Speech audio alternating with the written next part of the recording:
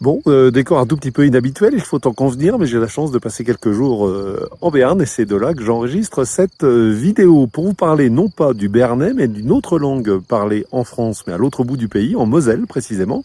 Cette langue, c'est le platte et elle est aujourd'hui la deuxième langue la plus parlée au Brésil. Oui, au Brésil, et je n'ai pas abusé du Jurançon avant de vous dire ça, je vous l'assure.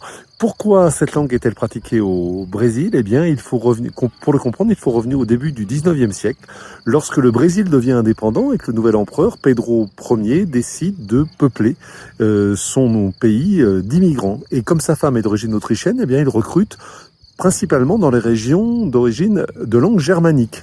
En Moselle, je vous l'ai dit, on parle le plate, mais dans d'autres régions, on parle le plate. C'est vrai du Luxembourg, c'est vrai de la Sarre, de la Rhénanie, du Palatinat. Au total, quelques 300 000 personnes arrivent au Brésil au début du 19e siècle, et comme on les envoie tout au sud du pays, dans une région extrêmement isolée, et que les routes et les chemins de fer promis n'arriveront que bien plus tard, ces personnes vont devoir s'organiser. Elles créent des écoles en plate, elles bâtissent des temples et des églises où on prie en plate, et donc elles transmettent de fait leur culture et leur langue de génération en génération. C'est vrai jusqu'à aujourd'hui.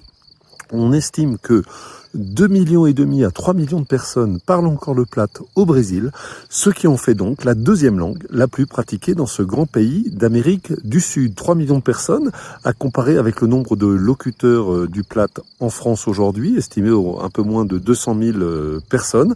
Paradoxalement, donc, eh bien, l'avenir de cette langue de France est sans doute mieux assuré en Amérique latine qu'elle ne l'est chez nous, faute d'une politique linguistique adaptée. Je suis désolé de me répéter un tout petit peu, mais je vous assure, je serais ravi de changer de discours dès que la France se sera alignée sur la pratique de la plupart des autres pays du monde. En tout cas, cette vidéo est la dernière avant l'interruption estivale. Je vous donne donc rendez-vous à la rentrée. Je vous souhaite d'ici là un très bel été. Si vous cherchez un endroit, regardez le Béarn. C'est pas si mal. Je suis un peu chauvin, mais je crois que c'est vrai quand même. Très bonne semaine à tous, très bon été à tous.